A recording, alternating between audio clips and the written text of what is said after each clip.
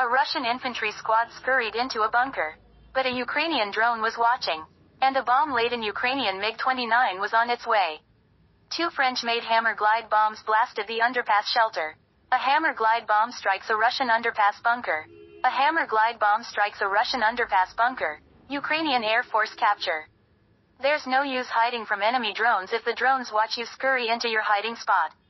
On or just before Monday, a squad of around a dozen Russian infantry marched into a road underpass they'd transformed into an underground base in Oleshki, in southern Ukraine's Kherson Oblast.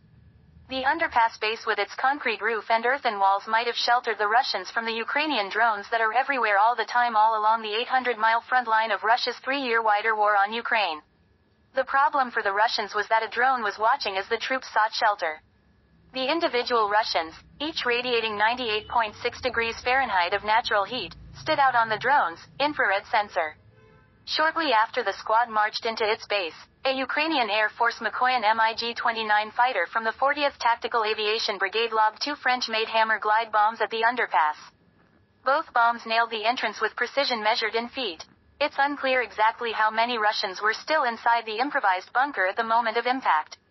It's equally unclear how many may have survived.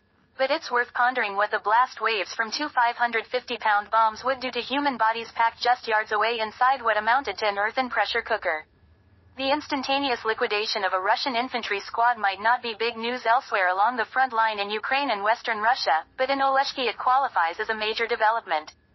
Kherson Oblast has been fairly quiet since traumatized Ukrainian Marines withdrew from the fishing village of Krinky on the otherwise Russian-held left bank of the Dnipro River, which threads through Kherson and roughly demarcates the line of contact between Ukrainian and Russian forces. The main action in Kherson since the brutal Krinky battle ended has been unusually cruel, even by the standards of Russia's unprovoked war on Ukraine. Russian drones and artillery routinely target Ukrainian civilians in Kherson, blowing them up as they walk to work or the market. The most recent killing was typical. On Monday night, a Russian drone bombed a man in Berislav, 30 miles east of Kherson City. He died on the spot from his injuries, the Ukrainian Center for Defense Strategies reported. In a sense, the dual hammer blow on that Russian infantry squad was revenge for countless civilian deaths. In another sense, it was an obvious application of the Ukrainian Air Force's precious strike assets, its ex-European and ex-Soviet warplanes that have been modified to carry Western-made precision munitions such as the Hammer. Ukraine gets just 50 Hammers a month from France, and must use them carefully. But a dozen Russian infantry packed into an underpass, with no chance of escape and little chance of survival, are probably worth 2 Hammers. Follow me. Sources: Ukrainian Air Force via Sunflower and Special Kherson CAT. Center for Defense Strategy.